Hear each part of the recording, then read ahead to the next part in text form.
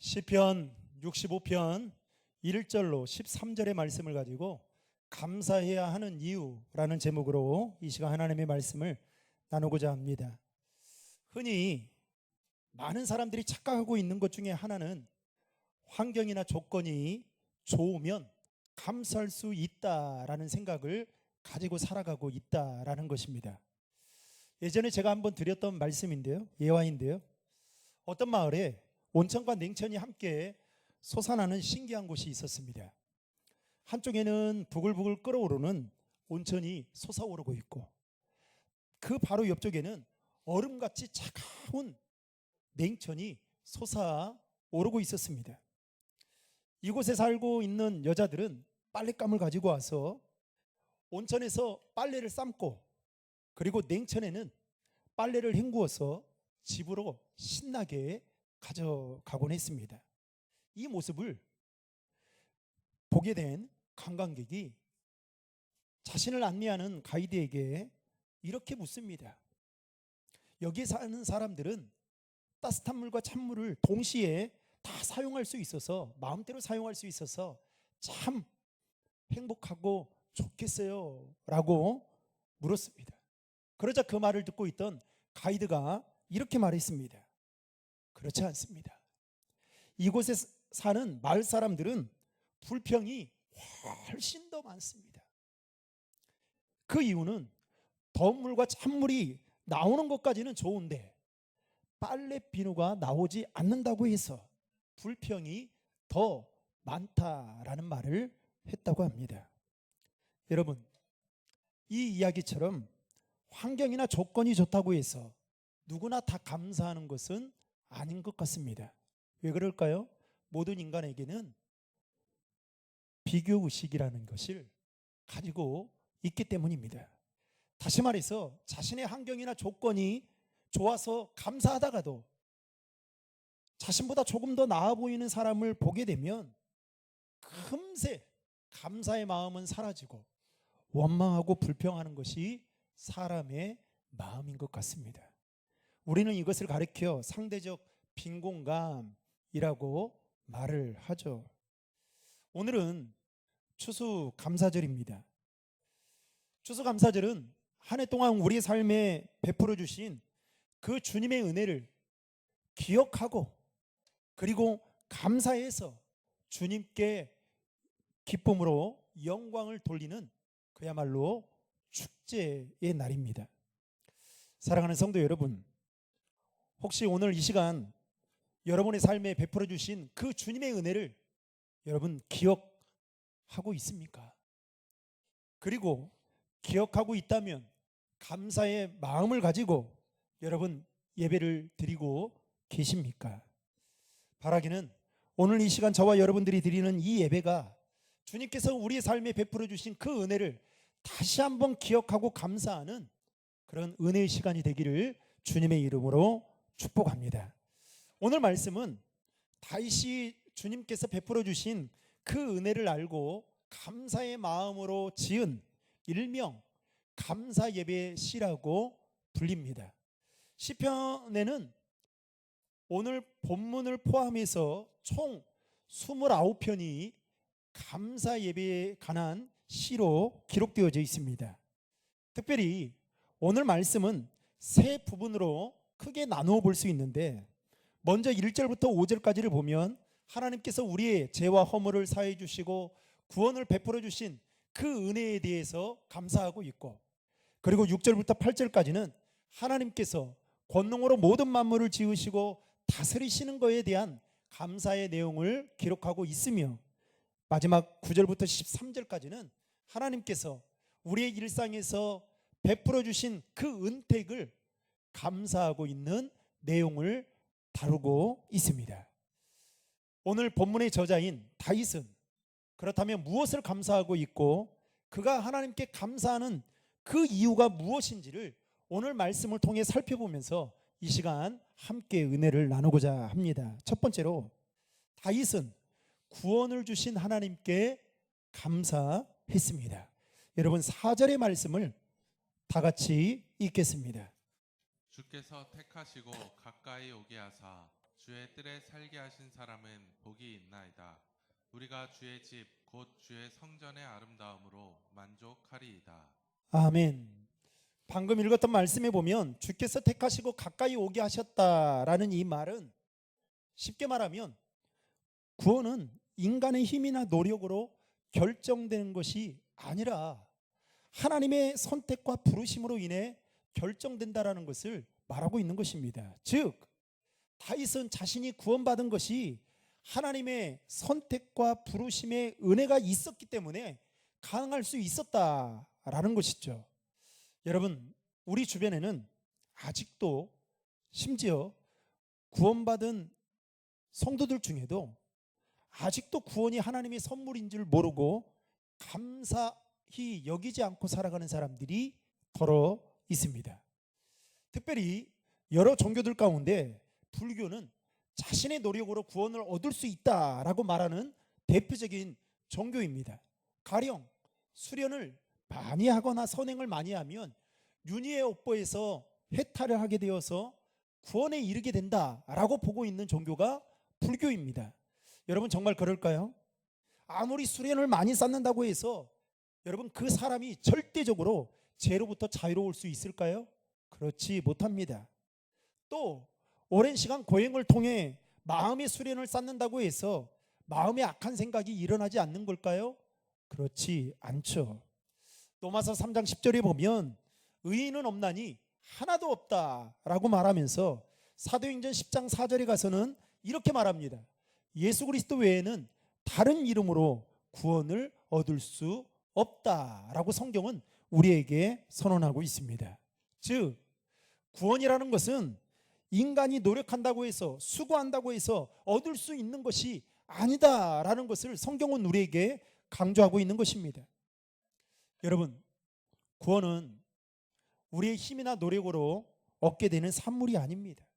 하나님의 선택과 부르심으로만 가능한 것이고 그 구원은 우리에게 선물로 주시기 위해서 하나님이 친히 우리에게 가까이 선택하셔서 오시고 부르셨다라는 사실만으로 여러분 감사할 수 있기를 바랍니다.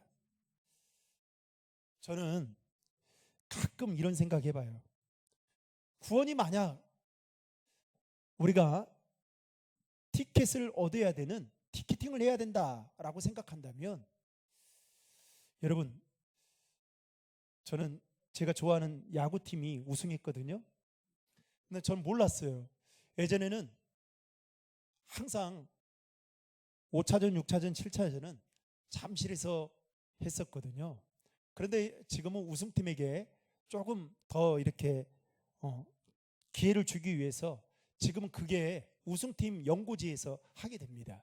그래서 그것만 기다리고 있었는데 친구 목사가 알려줘서 볼 수가 없었습니다. 강주로 내려갈 수도 없고.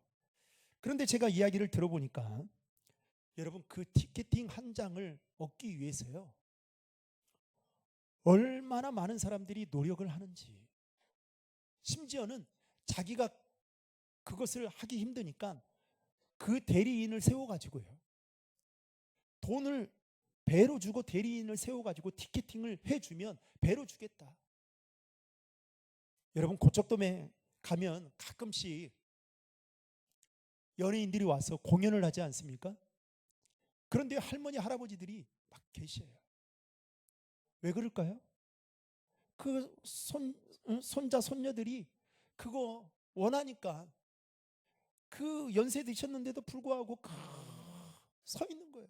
심지어는요 언젠가는 제가 보니까 이 DQ 백화점에서 무슨 행사를 했는가 봐요. 그런데 그 전날 저녁부터 거기에 아예 텐트를 쳐놓고 잠을 자더라니까요. 여러분 구원이라는 것이 만약 그렇게 얻어야 되는 것들이라면, 하나님의 선택과 부르심이 아닌 우리의 노력과 수고로 얻어야 되는 것이라면 여러분 우리 이렇게 있어서는 안 되는 거예요. 그럼 우리 엄청난 큰 은혜를 받고 사는 겁니다. 그런데 우리는 어떻게 해요? 너무 믿음을 통해서 쉽게 받다 보니 그 가치의 소중함을 모르는 겁니다. 구원받은 감격이 없는 거예요. 구원받은 감격 속에 예배드리고 구원받은 감격 속에 신앙생활 해야 되는데 그게 없는 겁니다. 여러분, 우리가 일상을 살면서 정말로 많은 것들에 대해 감사해야 됩니다. 숨을 쉬는 것, 먹고 입고 자는 것, 어느 것 하나 감사하지 않을 것이 없습니다. 심지어 여러분, 화장실에 가는 것까지. 그런데 이 모든 것들은 주님께서 우리의 삶에 베풀어 주신 은혜인 거예요. 그런데 이보다 더 우리가 감사해야 될 것은 무엇이냐? 하나님께서 죄와 허물 많은 우리를 내버려 두지 않고 택하시고 사랑하셔서 십자가를 통해 우리의 죄를 다 사해 주시고 구원을 선물로 허락해 주신 것에 대해 감사해야 한다라는 겁니다. 여러분, 지금도 이 말이 여러분에게 어떤 신학적인 용어, 아주 그냥 감동 없는 말로 들려지면 여러분 진짜 이거 문제가 많은 거예요. 예수님이 우리의 죄를 사해 주시고 또 그 십자가를 통해서 그 대가 지불을 통해 우리에게 구원의 선물을 주신 것이 여러분 엄청난 은혜라는 것을 마음으로 감동이 되지 않는다면 여러분 이 마음 회복해야 돼요. 왜냐하면 구원은 전적으로 하나님이 우리에게 주신 선물이라고 성경은 말하고 있기 때문입니다. 에베소서 2장 8절의 말씀을 다 함께 읽겠습니다. 너희는 그 은혜에 의하여 믿음으로 말미암아 구원을 받았으니 이것은 너희에게서 난 것이 아니요 하나님의 선물이라. 아멘. 믿음으로 말미암아 얻은 구원은 하나님의 선물이다라고 성경은 분명히 말하고 있습니다. 그러므로 사랑하는 성도 여러분, 오늘 이 시간 하나님께서 죄인 같은 우리를 택하시고 구원을 베풀어 주셔서 천국 백성으로 살게 해주신 것에 대해 감사하는 저와 여러분이 되시기를 주님의 이름으로 축원합니다. 두 번째로 다윗은 자신을 안전하게 지켜주신 하나님께 감사했습니다. 7절과 8절의 말씀 읽겠습니다. 바다의 설렘과 물결의 흔들림과 만민의 소요까지 진정하시나이다. 땅 끝에 사는 자가 주의 징조를 두려워하나이다. 주께서 아침 되는 것과 저녁 되는 것을 즐거워하게 하시며. 아멘. 여러분, 우리가 살아가는 이 세상은 안전한 것 같지만 사실은 전혀 그렇지 않습니다. 지금 우리 사회는 묻지마 살인들이 늘어나고 있고, 그리고 언제부턴가 마약이 쉽게 유통되면서 젊은이들 사이에 마약에 빠지는 자들이 계속해서 늘어나고 있습니다. 젊은 남녀가 만나요. 교제를 합니다. 그러면 속궁합이 중요하다라고 이야기를 해요. 그래서 어떻게 합니까? 그 속궁합을 보기 위해 첫 만남의 잠자리를 통해 속궁합을 알아보기도 합니다. 대학가 주변에는 타로와 사주를 보는 일들이 많아질 정도로 우리 사회 곳곳에는 우리 자녀들이 죄를 지을 만한 불안한 요소들이 너무나도 많이 있습니다. 심지어 가장 우리가 안전하다라고 생각되어지는 가정, 여러분 안전합니까? 요즘 가정이 무너지는 것을 보면 가정이 천국이어야 될 가정이 지옥으로 바뀌어가는 그 모습을 보며 고스란히 피해는 자녀들이 입고 있는 것을 볼 수 있습니다. 그러면서 느끼는 게 뭡니까? 이제는 가정도 안전하지가 못하는구나 라는 생각까지 듭니다.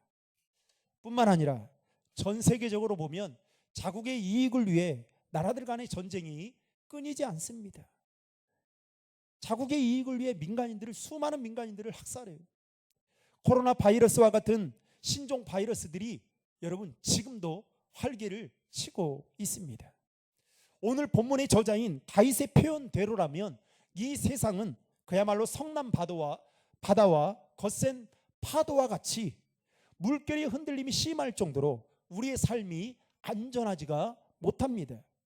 그러다 보니 과거보다 잘 먹고 잘 살고 더 많은 것을 누리고 있음에도 불구하고 오늘날 현대인들은 마음의 병을 안고 살아갑니다. 그 정도로 이 세상은 마음 들 정도로 안전하지 못하다라는 것을 단적으로 보여주고 있는 것이죠. 오늘 본문의 저자인 다윗의 인생을 보더라도 똑같습니다. 그는 주변 국가였던 블레셋, 암몬, 에돔과 같은 나라들과 끊임없이 싸워야만 했습니다. 또 왕이 되기 전에는 사울 왕의 미움과 시기로 인해서 엄청난 괴로움을 받기도 했습니다. 심지어 그의 아들 압살롬이 왕이 되고자 자신을 죽이려고 반란을 일으키고, 이로 인해서 다윗은 수년간 도망자의 삶을 살아야만 했습니다. 안전한 곳이라고는, 안전지대라고는 전혀 찾아볼 수 없는 다윗의 인생을 살펴볼 수 있습니다. 그럼에도 불구하고 그가 넘어지거나 쓰러지지 않았던 그 이유는 모든 두려움과 공포 속에서 자신을 지켜주시고 평안을 주시는 분이 하나님이시라라는 것을 다윗은 믿고 있었던 것입니다. 여러분, 돈이 우리를 안전하게 지켜주는 것 같아 보이죠? 그렇지 않습니다. 오히려 돈 때문에 더 큰 위험에 빠지게 될 때가 있습니다. 권력이 우리를 완전하게 지켜주는 것 같지만 세상의 권력은 여러분 길어야 5년입니다. 대통령이 5년이에요. 명예나 인기도 우리를 안전하게 지켜주는 것 같죠? 그것은 어느 순간 하나님이 훅 불면 안개와 같이 사라져 버리는, 그야말로 그것에 불과할 뿐입니다. 그런데 우리는 그것들이 안전하다고 그것들을 의지하며 살아가고 있습니다. 이사야 선지자는 이렇게 이야기합니다. 우리가 물이나 강을 건널 때에 물이 침몰하지 못하게 하시고, 불 가운데 지날 때에 타지 않게 하시고, 불꽃이 사르지도 못하게 하시는 그 분이 바로 하나님이시다. 그분이야말로 완전하신 분이시다 라고 말하고 있습니다. 이사야서 43장 2절과 3절의 말씀 다 함께 읽겠습니다. 내가 물 가운데로 지날 때 내가 너와 함께 할 것이라. 강을 건널 때 물이 너를 침몰하지 못할 것이며, 내가 불 가운데로 지날 때 타지도 아니할 것이요 불꽃이 너를 사르지도 못하리니 대저 나는 여호와 내 하나님이요. 아멘. 제가 지난 주에 병원을 3번 오라고 하는데 2번 갔어요. 제가 몸을 이렇게까지, 저는 이제 음악을 하는 사람이 아니니까 전 목 신경 쓰는 거 별로 이렇게 중요하게 생각 잘 안 합니다. 그런데 제가 요즘에 와서 이렇게 신경을 쓰는 것 중에 하나가 앞에 찬양인도 해야 하니까, 이것 때문에 제가 이렇게 지금 신경을 쓰거든요. 그런데 2주 전에 감기에 걸렸어요. 그래서 주사도 맞고 약도 먹고 그래서 좀 괜찮아졌습니다. 그런데 지난주에 얼마나 아팠던지 병원을 2번을 갔어요. 월요일 갔다, 또 안 되니까 또 수요일 날인 것 같다. 그래서 그것도 안 되니까 기도했어요. 하나님 고쳐주십시오. 그러면서 제가 깨달은 게 있어요. 집이 아파트에 살고 따뜻한 난방이 나와도 나를 안전하게 지켜주는 것은, 내 건강을 안전하게 지켜주는 것은 아파트가 아니구나. 하나님이 나를 지켜주시는 거구나.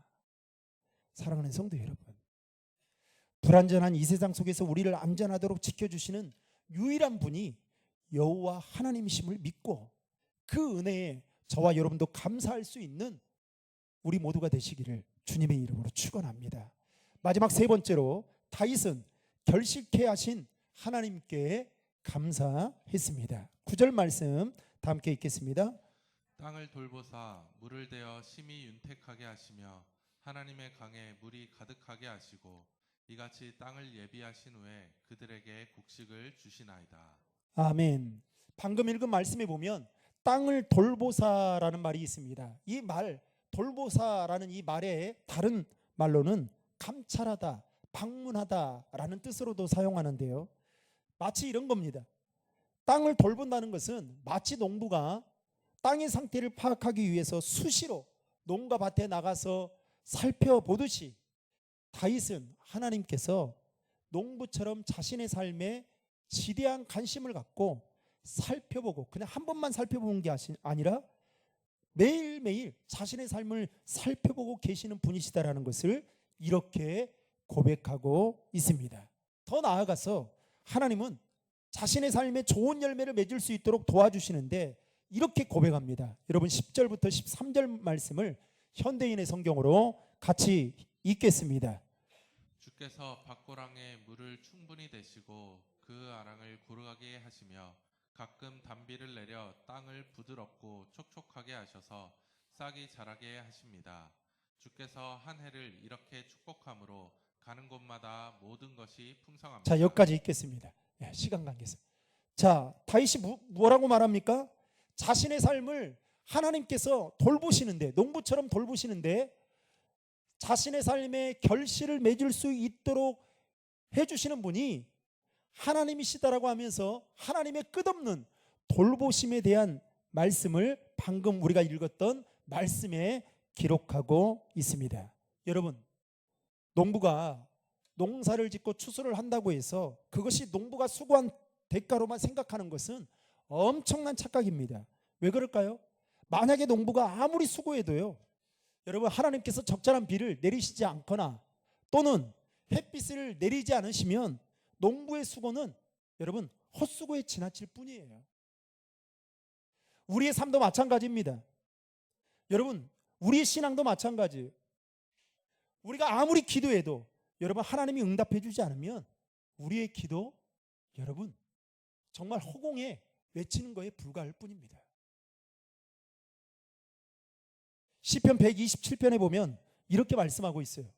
여호와께서 집을 세우지 아니하시면 세우는 자의 수고가 헛되며 여호와께서 성을 지키지 아니하시면 파수꾼의 깨어 있음이 헛되도다. 하나님이 돌봐주지 않는다면, 하나님의 도우심이 우리 인생 가운데 없다면 우리의 노력과 우리의 수고는 그야말로 물거품이 되고 말 것이다 라는 것을 말씀하고 있는 것입니다. 여러분, 아직도 나의 노력과 나의 수고로 모든 것을 이루어서 이만큼 잘 살고 있다라고 혹시 생각하고 있지는 않습니까? 여러분, 그 생각은 엄밀히 말하면 교만한 거예요. 디모데 3장에 보면 말세에 나타나는 현상들에 대해서 말하면서 그 내용 중에 보면 이렇게 이야기합니다. 여러분, 디모데후서 3장 2절의 말씀, 3장 2절의 말씀을 제가 읽어드릴게요. 사람들이 자기를 사랑하며 돈을 사랑하며 자랑하며 교만하며 비방하며 부모를 거역하며 감사하지 아니하며 거룩하지 아니하며. 자 보세요. 방금 읽었던 디모데후서 3장 2절에 보면 말세에 나타나는 그 사람들에게 나타나는 현상에 대해서 이야기하면서 뭐라고 순서로 뭐라고 이야기하느냐? 교만하며, 그 다음에 여러분 뭐라고 나온지 아세요? 비방하며. 여러분, 교만한 사람은요 비방하게 되어 있어요. 그리고 교만한 사람은 그 다음에 뭐라고 나왔냐? 감사하지 아니하며. 그러니까 성경이 그대로 말해주고 있는 거예요. 교만하면 남을 비방하게 되어 있고 그리고 감사하지 않게 된다는 거예요. 여러분, 사람들은 대개 살인하고 간음하고 도적질하고 그러면 죄라고 생각을 합니다. 그런데 여러분, 교만에 대해서는 죄라고 생각해 본 적이 있으십니까? 그렇게 생각하지 않아요. 심각하게 생각하지 않습니다. 왜냐? 남에게 피해를 주지 않는다라고 여기기 때문에 그렇습니다. 그런데 성경은 감사하지 않는 것도 교만한 것이다. 왜요? 하나님이 베풀어 주신 삶이 은혜가 많은데 그것을 잊어버리고 사니까 교만이라고 말하는 거예요. 그래서 성경은 뭐라고 이야기하느냐? 곳곳에서 교만이 얼마나 큰 죄인지를 이야기하면서 하나님이 이렇게 말합니다. 겸손한 자에게는 은혜를 주시겠지만 교만한 자는 대적하겠다라고 말씀하고 있습니다. 여러분, 아직도 제가 오늘 2주 동안 추수감사절 설교를 하면서 여러분 감사해야 된다고 하니까 막 어거지로 머리를 짜내가지고 무엇을 감사해야 될지 막 고민하고 있는 거, 여러분 그것도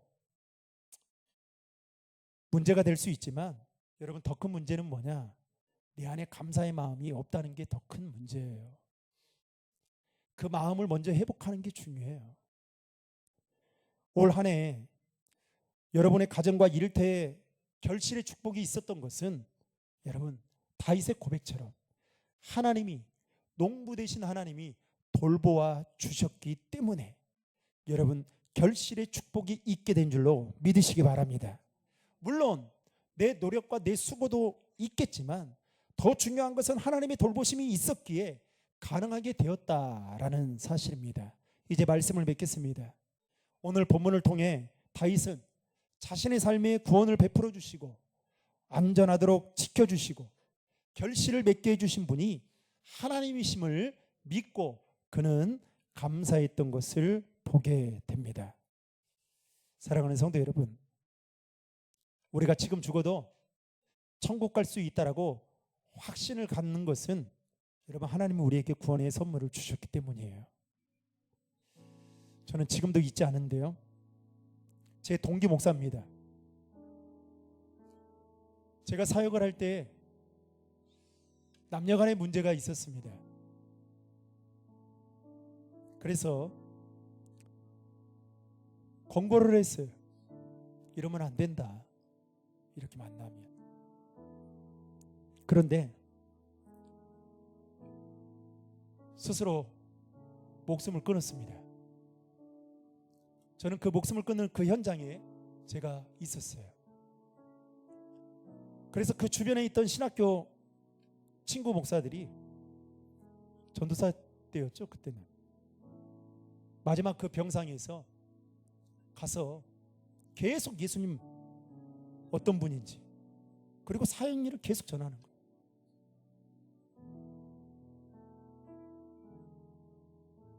그러면서 제가 그때 생각했던 것은, 신학교 다닌다고 구원받는 게 아니구나. 진짜 예수님을 믿어야 구원받을 수 있는 거구나. 내 지식으로, 내 교리로, 내 종교생활로 구원받는 것이 아니라 하나님의 선택과 하나님의 부르심으로 말미암아 믿음을 통해 우리가 구원받을 수 있는 거구나. 구원은 하나님의 선물이구나. 여러분, 요즘에는 자동차에도 안전하기 위해서 얼마나 많은 보험을 넣습니까? 또 화재보험도 얼마나 넣습니까? 그런데 여러분, 그게 우리의 생명을 안전하게 지켜줍니까? 아니죠. 우리의 생명을 안전하게 지켜주는 것이 아니라 그 이후에 일어난 사건들에 대한 처리 문제를 해결해 주는 것뿐이에요. 우리를 안전하게 지켜주는 분은 여호와 하나님이신 줄을 믿으시기 바랍니다. 하나님이 지켜주셔야 돼요. 가정도, 일터도, 자녀들도, 교회도, 이 나라 이 민족도 하나님이 지켜주셔야 안전한 것입니다. 더 나아가서 여러분, 어떤 분이 그러더라고요. 노력하면 된대요. 열심히 하면 된대요. 안 될 게 없대요. 저는 안 되던데요. 저는 제가 예수님 만나기 전과 후에 제 인생을 돌아보면 제 스스로가 피곤할 정도로 저는 진짜 열심히 살아왔어요. 지금도 보면 여러분 아시잖아요. 이 목소리에 힘이 들어갈 정도로 열정이 충만합니다. 예전에 예수 믿기 전에는 이럴 게 없었거든요. 그 노력만으로 했다면 하나님이 엄청난 저는 부흥을 줘야 된다고 저는 생각해요. 여러분, 내 노력, 내 수고로 지금까지 살아왔다고요? 그래서 지금 조금 다른 사람들보다 더 조금 여유가 있어서 여러분 행복할 수 있겠지만, 여러분 그거 하나님이 지켜주셔야, 하나님이 열매 맺도록 해주셔야 우리가 그 은혜를 누릴 수 있는 것처럼, 여러분 우리가 기도할 때 하나님이 응답해 주시고 우리가 예배를 드릴 때에 하나님이 은혜를 내려주셔야 우리가 살아갈 수 있게 되는 것처럼, 결실을 맺게 해주시는 분도 하나님이심을 믿고 다윗처럼 우리의 삶에 베풀어 주신 그 하나님의 은혜에 저와 여러분들이 감사하며 살아갈 수 있기를 주님의 이름으로 축원합니다.